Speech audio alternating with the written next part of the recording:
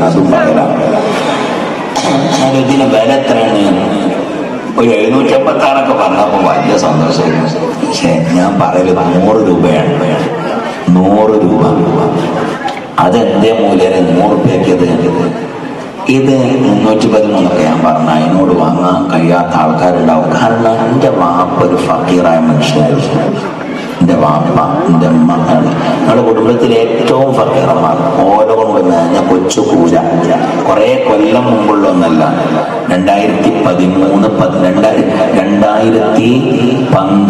ആ കാലങ്ങളിലൊക്കെ ഞങ്ങളുടെ വീട് ഓല കൊണ്ട് അല്ല 2008, 2009 കാലങ്ങളിലൊക്കെ എൻ്റെ വീട് ഓല കൊണ്ട് മേഞ്ഞ വീടായിരുന്നു. ചോർന്നൊലിക്കുന്ന വീട്.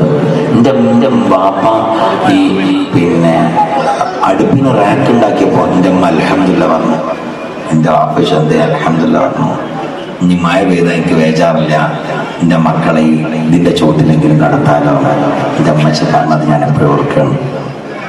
അങ്ങനത്തെ ഒരു ഫക്കീറന്മാരാകുന്നു. അന്ന് വാളിന്റെ സദസ്സിലെ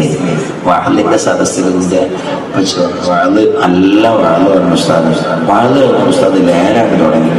ലേലം തുടങ്ങിയ ഉസ്താദ് അത് 756 പറഞ്ഞു. അപ്പൊ വേറെ ആള് 1000 പറഞ്ഞു. 1000 ആരാ പറഞ്ഞത്? ഇന്നാള് അയാളെ ഉമ്മാക്ക് തരുന്നു, അയാളെ ഭാര്യക്ക് തരുന്നു, അയാളെ മക്കൾക്ക് തരുന്നു, അയാളെ കുടുംബത്തിനൊക്കെ തരുന്നു. അപ്പം വേറെ ആള് പറഞ്ഞു 1200. 1200 ആരാ പറഞ്ഞത്? ഇന്നാൾ അയാൾക്ക് തരുന്നു, അയാളെ ഉമ്മാക്ക് തരുന്നു, അയാളെ പെണ്ണുങ്ങൾക്ക് തരുന്നു, മക്കൾക്കൊക്കെ തരുന്നു. അതിന് അപ്പൊ വേറെ ആള് പറഞ്ഞു 1200. അങ്ങനെ എല്ലാവർക്കും എപ്പോഴും ആ വഴങ്ങിക്ക് ഓർമ്മയുണ്ട്. എന്റെ ചുറ്റുഭാഗത്തുള്ള എല്ലാവർക്കും എടുക്കുമായിരുന്നു. പാപ്പന്റെ ചുറ്റുഭാഗത്തുള്ള എല്ലാവർക്കും എല്ലാവരും വിളിച്ചു.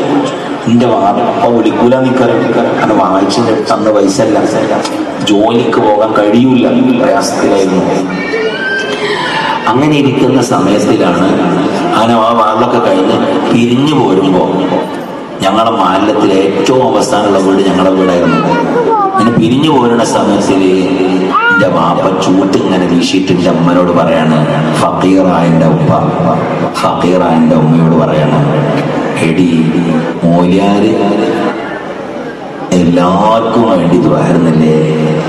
ഞമ്മക്കൊക്കെ എന്നേക്കും സ്റ്റേജിന്റെ മുകളിൽ നിന്ന് മൂല്യന്മാരൊന്നും ദ്വാരുന്നില്ല. എൻ്റെ വായിച്ചാണ് ചോദിച്ചു.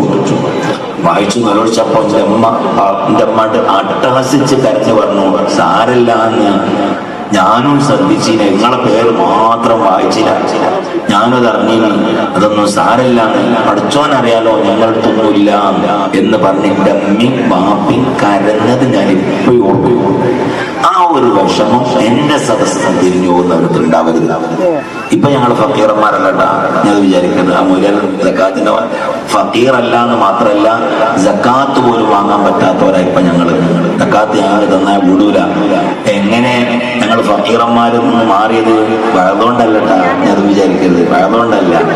പൊന്മള ഷേഖുന, പൊന്മള ഫരീദ് ഉസ്താദ്, ഞാൻ ചമ്മാട് ദിവസം പഠിച്ചതെന്ന് പറഞ്ഞില്ലേ, അവിടെ പഠിക്കണ കാലത്ത് എന്റെ വാപ്പ വരും, എന്റെ ഉസ്താദിനോട് വിഷമം പറയും. എന്റെ ഇപ്പൊ കുറച്ച് പെയിന്റിംഗ് ഒക്കെ അറിയാം. പെയിന്റിങ്ങിന്റെ ജോലിയായിരുന്നു. ജോലി എന്ന് പറഞ്ഞാല് അന്നത്തെ ജോലി എന്നൊക്കെ അറിയില്ല. കല്യാണപ്പാലില് പെയിന്റ് അടിച്ചാ വൈകുന്നേരം പറയലെന്താണ്, കല്യാണത്തിന് മക്കളൊക്കെ വേണ്ടി പോരേണ്ടിട്ടാ എന്നാ പറയലേ. അന്ന് അക്കാലാണല്ലോ 100-150 കിട്ടുന്ന കാലം. ഏതായിരുന്നാലും എന്റെ വാപ്പനോട് പറഞ്ഞില് ചിക്കൻ കട തുടങ്ങിക്കാളാണ് എന്റെ ഉസ്താദ്. ആരോട്? പെയിന്റിങ്ങാരനോട്. ചിക്കൻ കട വാപ്പ അറിയാറ്, അറിയുമ്പോഴൊക്കെ ചെയ്താലായിരുന്നു. അതിന് പേര് റഹ്മത്ത് എന്നിട്ടാളുണ്ട്. അങ്ങനെ റഹ്മത്ത് ചിക്കൻ സ്റ്റാളിട്ടു. അതിന് ശേഷം പിന്നെ എന്റെ വാപ്പക്ക് ദാരിദ്ര്യം ഉണ്ടായിട്ടില്ല. അൽഹംദുലില്ലാഹ്. മാഷാ അല്ലാഹ് പറയുന്നത് നിങ്ങളെ മാഷാ അല്ലാഹ്. ഞങ്ങൾ ആരിപ്പോ ഫക്കീറന്മാരല്ല, അൽഹംദുലില്ലാഹ്. ഞാൻ പറഞ്ഞത് അന്ന് ആ ഫക്കീറന്മാരായ കാലത്തിന്റെ വായിച്ചു കരഞ്ഞത് എന്റെ കണ്ണിൽ ഇപ്പോഴുണ്ട്. അത് ഒരാൾക്കുണ്ടായിരുന്നു. ഏതൊരു പാപപ്പെട്ടു നിന്ന് വയലിന്റെ സരസ്വതി പിരിഞ്ഞു പോകുമ്പോ മക്കൾ ചോദിക്കും, പച്ചിയങ്ങൾ ആ തേന് വാങ്ങിയോ? എന്നാണ് വാങ്ങിയത് ഞാനെന്ന് പറഞ്ഞിട്ട് കൊടുക്കാൻ കഴിയണം.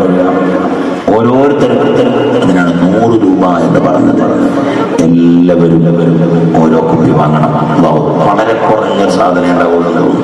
ഇന്നലൊക്കെ പോയുള്ളൂ. അത് വലിയൊരു നിങ്ങൾ കൊണ്ടുപോയിട്ട് എന്റെ അനുഭവം നിങ്ങൾക്ക് പറയാൻ പറ്റും. ഇല്ല വിവേക്